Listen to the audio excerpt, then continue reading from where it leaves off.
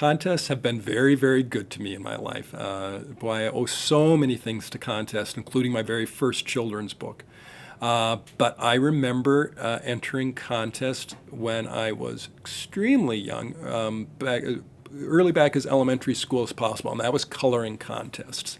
I loved to enter coloring contests, and I think I was in first grade when I won second place in a coloring contest that was hosted by the local TV show. I think it was Lunch with Casey was the show here in Minnesota. And I won a transistor radio, which I gave to my older sister for her birthday. But that kind of started me on the road to contests there. And coloring contests led to jingle contests. And the first national jingle contest I won was when I was in junior high, a contest sponsored by Shasta Soda Pop. And the contest was to say in 30 words or less why Shasta's 14 flavors of pop were more fun than one. And I remember my entry for that contest. It was, Shasta's fabulous 14 flavors are far more fantastic than one flat, foul, fickle flop of a flavor. They're freezy, frosty, fizzy, and far out. Finally, they're fun.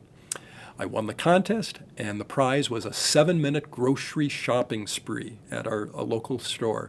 So for a 14-year-old kid, you can imagine how fun that was to be able to run through the store in the morning and get all the food that I could in the cart back to the counter I got to keep for free. And my mom was very adamant about some of the places that I should go, like the meat department or so. But after that, any sort of contest, caught my eye, and I've won some very nice prizes, entered some unusual contests. One was to create a 5-minute video about how good a certain laxative makes you feel. And I was lucky enough to win that contest, and I laughed all the way to the bank. I won a check for $10,000 and a home entertainment center. So that was pretty nice as well, too. But as I said, my contest led to my very first book as well, too. I heard about a writing contest when I was in college, and the contest was to write a story for children themed around one of the holidays.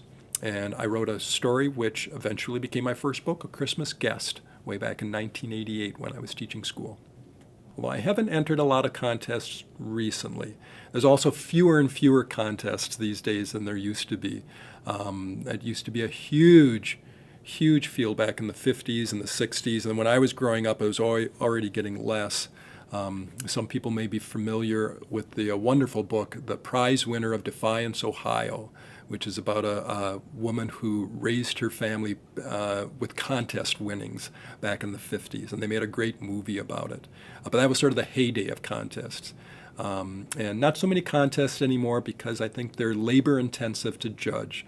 So you'll see lots of sweepstakes online, but fewer contests where you have to actually come up with something creative. And those are the ones that pique my interest. And now I put that creative energy into creating books instead of contests. So I very much think of it like that.